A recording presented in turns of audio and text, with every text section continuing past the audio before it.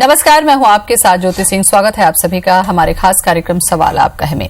क्या आप ऑनलाइन ठगी के शिकार हुए हैं? एटीएम या क्रेडिट कार्ड फ्रॉड आपके साथ भी हुआ है? अगर हुआ है तो आपके लिए एक राहत भरी खबर है, क्योंकि आरबीआई ने ग्राहक सुरक्षा अनधिकृत इलेक्ट्रॉनिक बैंकिंग ट्रांजैक्शन में ग्राहकों की सीमित जिम्मेदारी पर संशोधित दिशा निर्देश जारी कर दिए हैं, जिसमें बैंक खाते में ऑनलाइन फ्रॉड होता है तो अब खामियाजा ग्राहक को नहीं बल्कि बैंक उठाएगा।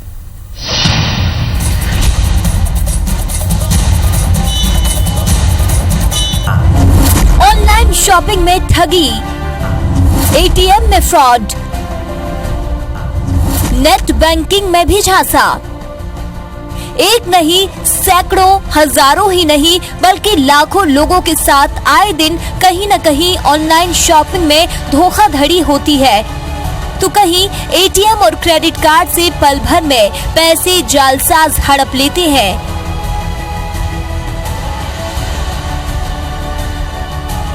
लेकिन अब ऐसा नहीं होगा, क्योंकि आरबीआई ने नियमों में बदलाव करते हुए ग्राहकों को ऑनलाइन ठगी और दूसरे मामलों से बचाने के लिए कदम उठाए हैं। यदि आप ऑनलाइन एटीएम या क्रेडिट कार्ड फ्रॉड के शिकार होते हैं तो आपको आपका पैसा वापस मिल सकता है। रिजर्व बैंक के मुताबिक फ्रॉड के 3 दिन के भीतर बैंक से शिकायत करनी होगी। जिस दिन आप शिकायत करेंगे उसके 10 दिन के भीतर पैसे आपके खाते में जमा हो जाएंगे।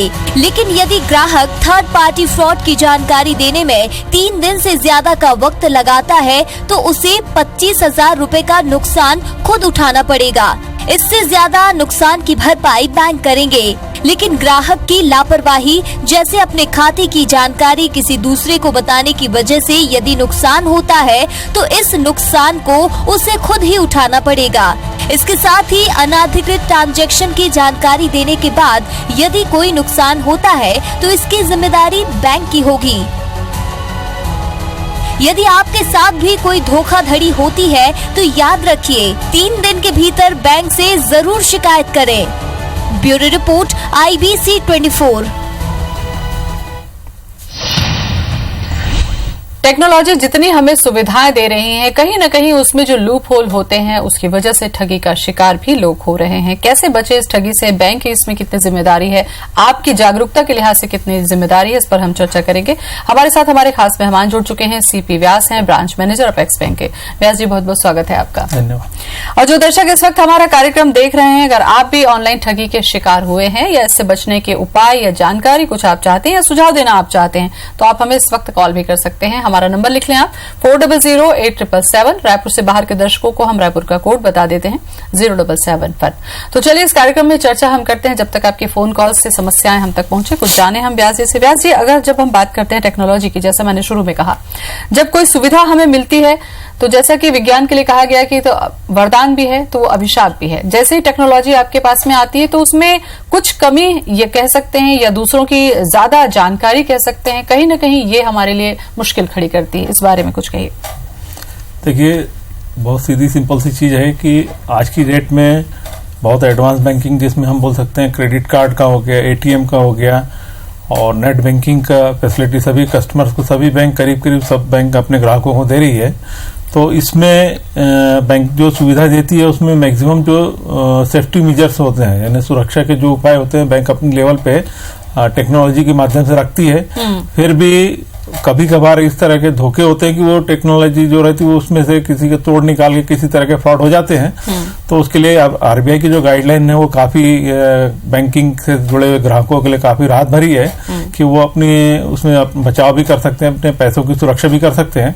मगर सबसे बड़ी सुरक्षा ग्राहक को अपने पैसे की खुद ही करनी होती है बैंक के माध्यम से। उसके भी तरीके आरबीआई ने गाइडलाइन में अपने दिए हैं, उसका इस्तेमाल उनको करना पड़ेगा और उसके लिए जागरूक भी होना पड़ेगा। बिल्कुल।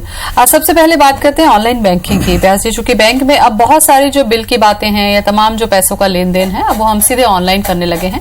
उसके लिए कई बार स्थिति यह है कि हम सालों तक बैंक भी नहीं जाते हैं। ऐसे में ऑनलाइन बैंकिंग से जब आप जुड़ते हैं, नेट बैंकिंग से आप जुड़ते हैं, तो सावधानी के लिहाज से आप बताइए कि क्या सावधानी ग्राहक बरते पैसा का लेन देन करते समय या शॉपिंग करते समय, ताकि इस तरीके के फ्रॉड से वो बचे? देखिए, आपको अपने इस तरह का ऑनलाइन ट्रांजैक्शन करते समय अपने जितने भी ट्रांजैक्शंस होते हैं उसके सुरक्षा के उपाय जब भी आप नेट बैंकिंग की फैसिलिटी बैंक से लेते हैं तो उसके पूरे इंस्ट्रक्शन बैंक आपको एक राइटिंग में देता है ऑनलाइन नेट पासवर्ड के साथ। आपको उन सभी जितने इंस्ट्रक्शन का उसको बारीकी से अध्ययन करते हुए सुरक्षा के उपायों को अपनाना चाहिए, ताकि आपके साथ इस तरह का ऑनलाइन कोई फ्रॉड ना हो सके, आपके पैसे का कोई गलत इस्तेमाल न कर सके और आपके पैसे की सुरक्षा हो सके। अगर हम नेट बैंकिंग पे जाते हैं व्यास जी, कहाँ पर ऐसी कमी होती है, कहाँ पर ऐसी चूक होती है ग्राहक के हिसाब से या बैंक के हिसाब से, जब इस तरीके की ठगी हो जाती है और लोगों को बहुत दिनों के बाद पता चलता है? एक्चुअल में क्या होता है, जनरली जैसे मान लीजिए ऑनलाइन जो ट्रांजेक्शन हम लोग करते हैं उसमें जैसे आपने किसी शॉपिंग स्टोर से या कहीं से कोई चीज परचेज की है और अपना कार्ड दिया, क्रेडिट कार्ड, और उसके बाद जब आप पासवर्ड उसमें जो अपना पिन नंबर जब डालते हैं तो उस पिन नंबर को डालते समय इस चीज को आपको ध्यान रखना चाहिए कि उसमें पिन नंबर डालते समय आप उस तरह से पिन नंबर को एंटर करें कि वो आपके अलावा और कोई उसको न देख पाए, न उसको ऑब्जर्व कर पाए कि आपने क्या पिन कोड डाला है। तो वो आपको बहुत जरूरी है, उसकी ध्यान रखना कि आपको इस तरह की सुरक्षा यदि आप रखें तो आपके साथ फ्रॉड होने के मैं समझता हूँ कि चांसेस खत्म हो जाते हैं। बिल्कुल। अब बैंक की जिम्मेदारी पर भी हम बात कर लेते हैं कि अगर आरबीआई के इस नॉर्म्स को हम देखें तो ये किस तरीके से मदद करेगी ग्राहकों को? देखिए, आरबीआई की जो अभी रिसेंट की जो गाइडलाइन है उसके हिसाब से ये है कि आरबीआई ने अपने सभी बैंकों के ग्राहकों को ये दिया और बैंकों को भी स्ट्रिक्टली इंस्ट्रक्ट किया है कि उनको अपने बैंकों के कस्टमर है जिनको उन्होंने ऑनलाइन जो शॉपिंग है, क्रेडिट कार्ड है, पैन कार्ड है या ऑनलाइन ट्रांजेक्शन से इस तरह की जो भी फैसिलिटी दी, नेट बैंकिंग की फैसिलिटी दी है, तो उसमें यदि मान लीजिए कस्टमर उसके साथ किसी तरह के मान लीजिए उसने एटीएम से पैसा विड्रॉ किया, अकाउंट डेबिट हो गया, उसको पैसे नहीं मिला है और स्लिप अगर आ जाती है तो उसमें उन्होंने ये सुविधा दी है आरबीआई ने कि वो कस्टमर जाके अपना संबंधित बैंक को इन्फॉर्म करेगा विद इन 3 डेज और उसमें जाके वो अपने बताया कि साहब मैंने अपना एटीएम कार्ड डाला था, मैंने पिन नंबर भी डाला मगर हम पैसे नहीं निकले हैं और मेरा अकाउंट भी डेबिट हो गया है। तो बैंक उसको वेरीफाई करके वो 3 दिन के अंदर अगर उस कंप्लेंट को देता है पर्टिकुलर बैंक को, पहले तो उसको अपना एटीएम ब्लॉक कराना चाहिए सबसे पहले विद इन 24 आवर्स, और उसके बाद 3 दिन के अंदर यदि वो उसका सॉल्यूशन बैंक निकालेगा, विद 10 डेज का टाइम दिया आरबीआई ने, 10 दिन के अंदर उनको अपना सॉल्यूशन निकाल के उस कस्टमर का जो है क्लेरिफिकेशन करने का इंस्ट्रक्शन दिया। एक कॉल ले लेते हैं। मनोज जुड़ चुके हैं जबलपुर से, इन्होंने कॉल किया है। मनोज, स्वागत है, पूछिए क्या सवाल है आपका? हेलो। हाँ बोले, सुन रहे हैं हम। जी मैम, आज एक फोन आया हुआ था। हाँ हेलो। हाँ बोलिए बोलिए। आज एक फोन आया हुआ था, वो क्रेडिट कार्ड की जानकारी मतलब मांगी उन्होंने, बोले एसबीआई से बोल रहे हैं और उसपे मतलब 5,000 डेबिट कर लिया। तो क्या आपने पासवर्ड बता दिया था क्या? हाँ मैम, पासवर्ड नहीं, उससे मतलब कार्ड नंबर पर बताया था। कैसा हो सकता है व्यास जी कि कार्ड नंबर जैसा इन्होंने दे दिया और पासवर्ड नहीं दिया है, 5,000 रुपए निकल चुके हैं, कैसा ये संभव है? देखिए, इसमें जब तक उस पर्टिकुलर केस में क्या हुआ है वो देखे बिना उसके बारे में बताना पॉसिबल नहीं है कि उनके साथ क्या हुआ एक्चुअल, वो तो पर्टिकुलर उस केस को पर्टिकुलर स्टडी करने से समझ में आएगा। मगर जहां तक मैं समझता हूँ एक चीज मैं सभी आपके चैनल के माध्यम से सभी जितने ग्राहक या बैंकिंग सेक्टर से जुड़े हुए हैं उनसे एक रिक्वेस्ट करूंगा, आपको एक चीज बहुत स्पष्ट बता दूं कि कभी भी कोई भी बैंक अपने कस्टमर को फोन करके डायरेक्टली न तो कार्ड के डिटेल मांगती है न उनसे कभी पिन नंबर मांगती है। अगर ये कोई मांगता है तो इट मीन्स वो कोई ना कोई फ्रॉड ही है। तो सभी से मेरी ये रिक्वेस्ट है कि कभी भी आप किसी भी व्यक्ति से, चाहे वो बैंक का नाम ले, आप ये सोचिए कि अब तो ये स्थिति हो गई कि आरबीआई के नाम से लोगों ने अपना नेट पे वो लेटर डालना शुरू कर दिया, नेट फ्रॉड करना शुरू कर दिया। तो मेरा वही कहना है कि आपको पर्टिकुलर कोई बैंक किसी को फोन से टेलीफोनिक कभी कार्ड के डिटेल नहीं मांगता ना पिन नंबर मांगता। तो ये आपको सावधानी सबसे पहले रखनी है। कभी भी कोई भी मांगे, इवन मैं भी बता रहा हूं, मैं आपको मैं बैंक से जुड़ा हूं, कई बार मेरे पास भी फोन आता है, आप विश्वास नहीं करेंगे, मेरे पास एक बार पाकिस्तान से फोन आया, मेरे से कार्ड का डिटेल मांगा। मैंने बोला भाई मैं खुद बैंक का आदमी, मेरे से कार्ड का डिटेल में कभी बैंक नहीं मांगती, आप कैसे मांग रहे हो? फिर उसने फोन काट दिया। तो आपको ये सुविधा सबसे पहले अपनी सावधानी यही बरतनी है किसी भी व्यक्ति को, क्योंकि बैंक से वो फोन नहीं है, 101% वो फ्रॉड वाले का फोन है, इसलिए आप उसको एंटरटेन मत करिए, उसको सीधा सीधा रिफ्यूज कर दीजिए और फोन काट दीजिए। बिल्कुल व्यासी, बहुत सही आपने कहा, क्योंकि पैसा आपका है तो सबसे पहले जिम्मेदारी तो आपकी बनती है कि आप जागरूक रहें और तमाम उन नियमों को पालन करें जिससे फ्रॉड होने से रोका जा सकता है। कुछ और भी मैं आपसे चर्चा करूंगी, फिलहाल यहाँ रुकेंगे छोटे से ब्रेक के लिए। ब्रेक के बाद स्वागत है आपका। सवाल आपका है बे। अफसर अली जुड़ चुके हैं रायपुर से, उन्होंने कॉल किया है। अफसर जी स्वागत है आपका, बताएं क्या सवाल है? मैडम मैं अगले महीने 5वें महीने में 10 हाँ। तारीख के सवाल करिए, बोलिए। मेरा पांचवें महीने में 10 तारीख को मैंने एटीएम से पैसा निकाला, मेरे हाथ में एटीएम से पैसा भी नहीं आया। हाँ, और उसके बाद अकाउंट से चला गया। और उसके बाद मैंने स्टेट बैंक गया, तो उसने बताया मेरे को, कहते हाँ कुछ नहीं करेंगे। फिर मैंने अपने अकाउंट ब्रांच किया। ठीक है, आपकी समस्या हम समझ गए हैं। बात करते हैं, ब्रांच मैनेजर हमारे साथ में है। वैसे क्या ऐसा संभव है, क्योंकि कई बार हम भी एटीएम में जब जाते हैं तो हम पैसा निकालने के लिए ट्रांजैक्शन करते हैं, स्लिप भी हमें मिल जाती है, लेकिन पैसे हमें नहीं मिलते। ऐसी स्थिति में क्या, अगर पैसा निकला है तो फिर वो कहाँ गया, और अगर हमें नहीं मिला तो उसकी शिकायत में फिर बैंक की कितनी जिम्मेदारी होती है, क्या कार्रवाई होती है? देखिए क्या होता है, जैसे मान लीजिए कई बार एटीएम में आपने कार्ड डाला, पिन नंबर डाला, अमाउंट विड्रॉल के लिए आपने अमाउंट डाला उसमें, और कई बार ऐसा टेक्निकल रीजन मान लीजिए उसमें एक तो 2 चांसेस होते हैं। या तो मान लीजिए जैसे अभी मैंने कुछ दिन से सोशल मीडिया में भी देखा था कि वो बताते हैं कि वो जो आपके जहां से पैसा निकलता है वहां पे टेप लगा देते हैं। हाँ। और टेप निकालने से पैसा आके वहां रुकता मगर आपको नहीं मिल पाता है। एक तो ये पॉसिबिलिटी। सेकंड ये होता है कि मान लीजिए कैश में एटीएम में अगर कैश खत्म हो गया या किसी रीजन से आपका अकाउंट डेबिट हो गया मगर उसमें कैश विड्रॉ नहीं हुआ, तो वो रिकॉर्ड बैंक के पास होता है। तो बैंक में अगर आप जाके सबसे पहले तो आपको कार्ड ब्लॉक कराना चाहिए, और उसके बाद आप वहां पे कंप्लेंट दीजिए। मेरे साथ भी ऐसा हुआ था, तो मैंने दिया शिकायत, मेरे अकाउंट में वापस पैसा जमा हो गया। अगर बैंक की गलती से है तो बैंक अपना वेरीफाई करके आपके लेकिन ये प्रूफ कैसे होगा व्यास जी, क्योंकि एक आम जो पब्लिक है, मान लीजिए वो कह रहा है कि मेरे अकाउंट से पैसा हो गया लेकिन मुझे हाथ में नहीं मिला, आपको तो क्या एटीएम कार्ड से जो स्लिप मिलेगी उसमें उसके थ्रू बैंक को आप ले जाके दिखाइए, वो अपने आप वेरीफाई करके बैंक वाला आपको कंफर्म कर देगा कि आपको पैसा किस रीजन से मिला। अगर मान लीजिए बैंक के फॉल्ट से नहीं मिला है तो आपको अमाउंट क्रेडिट हो जाएगा।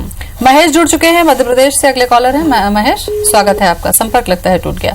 कई बार एटीएम से जुड़ी दूसरी भी बात करते हैं। जीएसटी का अभी बहुत ज्यादा चलन है, क्योंकि जब से जीएसटी लॉन्च हुआ है तब से अलग अलग तरीके की भ्रम की स्थिति लोगों में है। क्या जीएसटी के नाम से भी बैंकों में कुछ धोखाधड़ी की स्थिति है, या कई बार ये हो रहा है कि फोन आ रहा है खाता अपडेट करने के लिहाज से लेकर वो जानकारी मांग रहे हैं?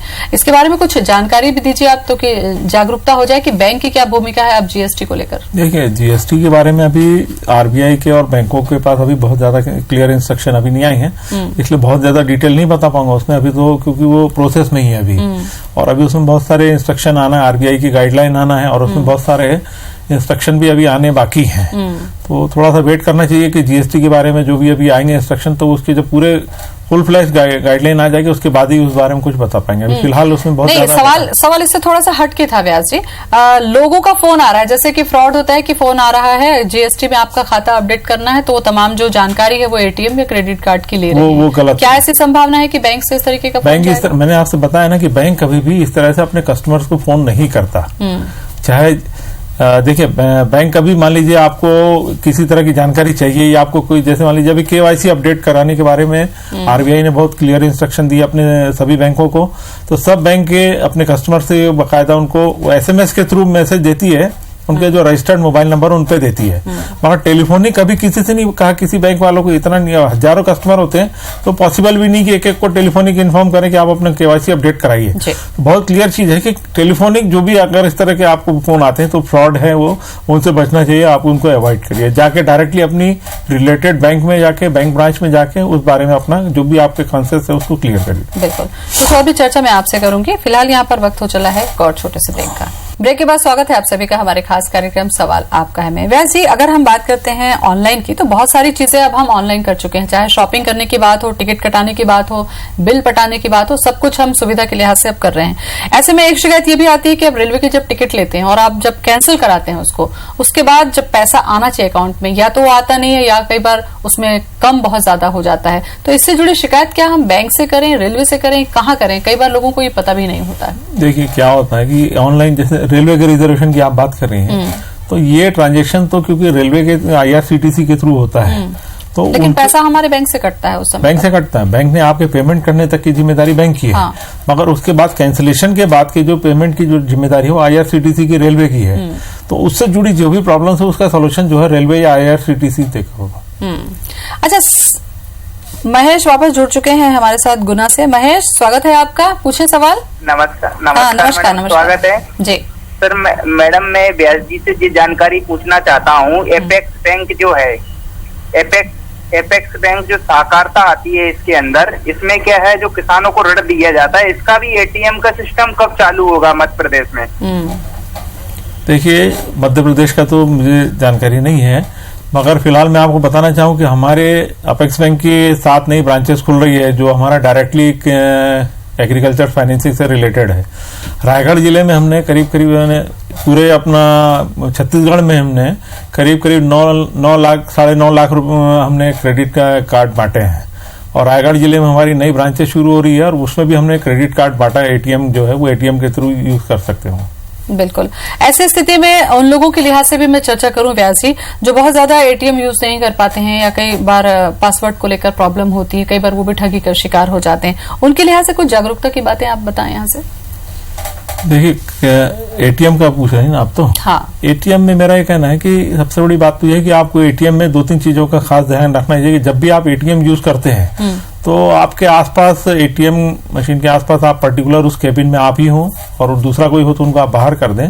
दूसरी चीज, जब आप उसमें कार्ड इंसर्ट करते हैं और स्वाइप करने के बाद आप अपना पिन नंबर डालते हैं तो ये ध्यान रखें कि पिन नंबर डालने के बाद आप अपना, जैसे ही आपका ट्रांजेक्शन पूरा हो तो जो स्लिप निकलती है उसको आप अपना लेके अपने आप लेके या तो अपने पास रखें या उसको जाके डिस्पोज कर दें। बिल्कुल, तो बहुत अहम चर्चा आज आपने की, अहम जानकारी भी दी आपने व्यास जी, बहुत बहुत शुक्रिया आपका। थैंक यू, धन्यवाद। तो इसी के साथ हमारे खास कार्यक्रम सवाल आपका है में आज बस इतना ही कर फिर मिलेंगे एक नए विषय के साथ। तब तक के लिए मुझे दें इजाजत। नमस्कार।